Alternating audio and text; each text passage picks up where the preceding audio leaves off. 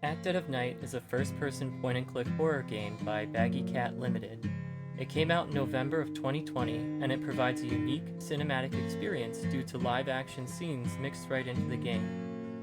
We are introduced to the primary villain, Jimmy Hall, and to Maya, the character we play, through a wonderfully acted live-action prologue.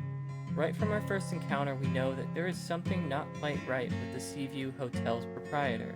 His mannerisms subtly suggest an underlying malevolent nature lurking just below the cheery, albeit eccentric facade he displays to all potential hotel guests.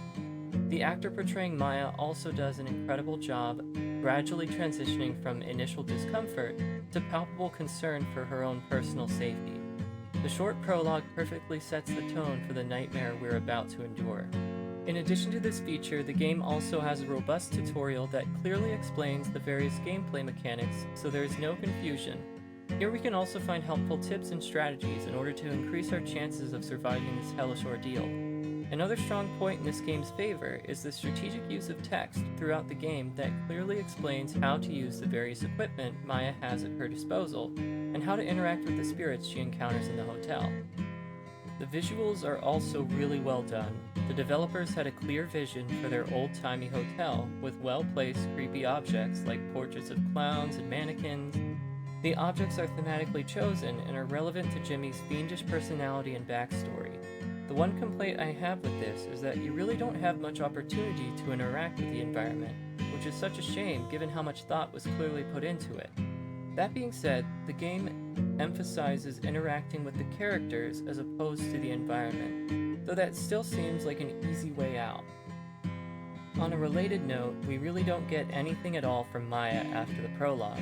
We are meant to just fill her shoes, and that's that. She notes or observes various pieces of evidence and ghost sightings, but we are given no window into her internal thoughts about the horror she is witnessing.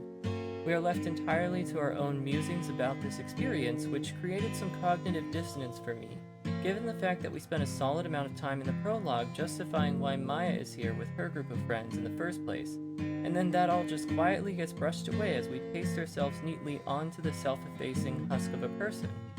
This was probably the weakest point in the game to me.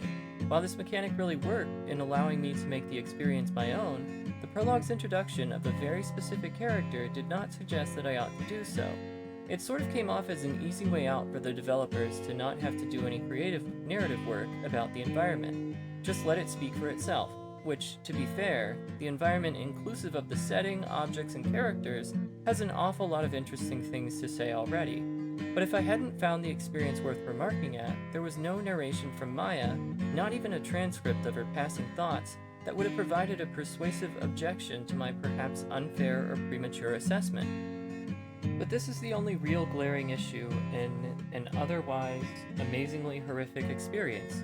The other more minor issue is a lack of real exploration, though I don't consider that to be really a flaw because it's clear that that's not a primary mechanic of the game. You do need to collect pieces of evidence, but those ultimately serve to facilitate fruitful interviews with the spirits in the hotel.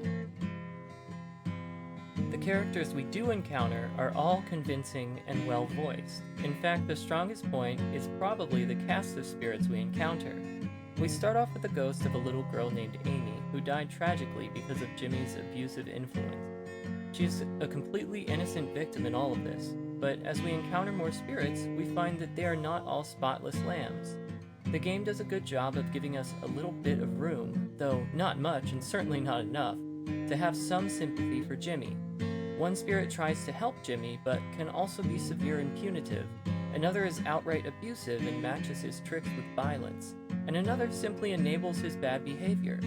These adult figures in Jimmy's life, who should have taken more responsibility in giving him the treatment he needs, have all failed him in various ways. That being said, he's still one evil motherfucker, don't get me wrong. But the developers clearly understand the complexity of his particular evil. And let's face it, it's boring to have someone who is truly evil and cannot in any way be seen in a better light in context. For the reasonable price of $14.99 on Steam, you get one hell of a horrific experience. I cannot recommend this game enough, in spite of its one glaring flaw.